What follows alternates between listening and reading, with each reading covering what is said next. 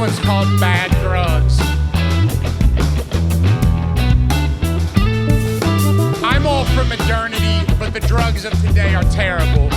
Used to be a sweet ball could keep you high for the whole weekend. After falling with Alice and fucking and drinking and dancing, you would just get back up and go to work on Monday. These Nuevo Riche drugs either barely lift you off the ground or put you in it. Of course, I don't want to go back to the sexist and insensitive ways of the 80s and 90s, but fuck, a Quaalude would really hit the spot. Somewhere along the way, we learned to hate each other less and forgot what those little ledges under the mirrors in bar restrooms are for. Not to sound ancient, but back in my day, you could numb your face for a night and stumble with someone beautiful through dirty snow to a duplex off of Cherokee. Blood vessels too wide to feel the cold or to feel anything, but thankful for all the little mistakes that had led you there. Then just get on with life. Life should be a series of peaks and valleys, but the youth of today prefers some limping methadone malaise from which they never have to wait.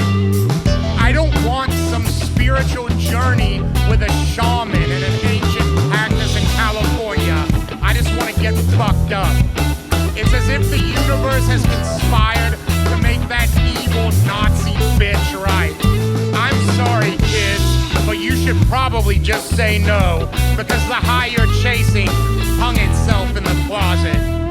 A party barge inlet that always had a few drownings is now a muddy lake choked with bodies. The inevitable triumph of profit over purity finally made its way up our straws and turned awkward encounters at a breakfast bar a few months later into funerals.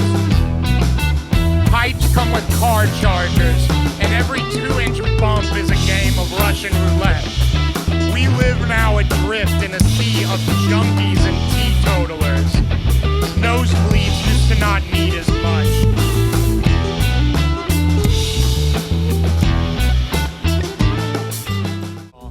And should I then presume, and how should I begin?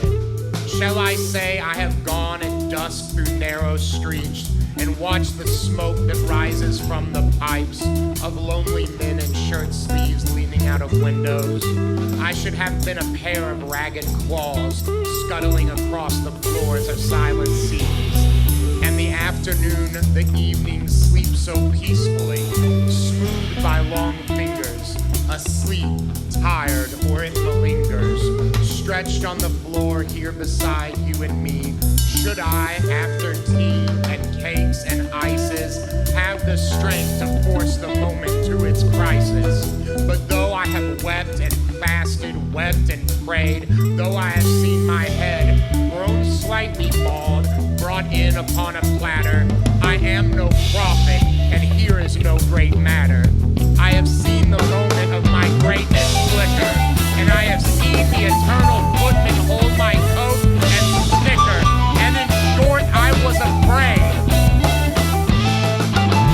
And would it have been worth it after all, after the cups, the marmalade, the tea, among the porcelain, among some talk of you and me?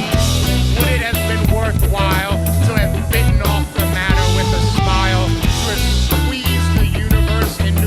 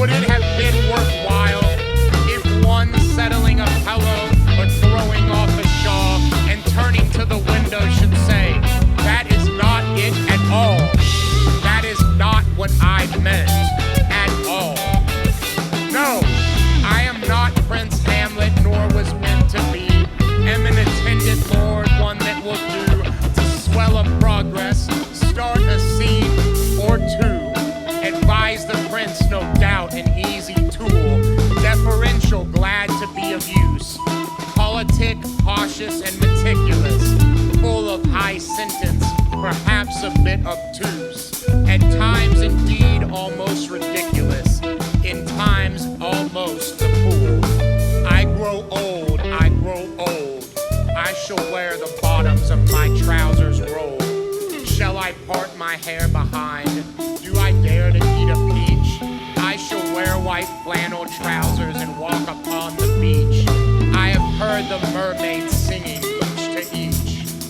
I do not think they will sing to me. I have seen them riding seaward on the waves, combing the white hair of the waves blown back when the wind blows the water white and black. We have lingered in the chambers of the sea, by seagulls wreathed and seaweed red and brown, till human voices wake us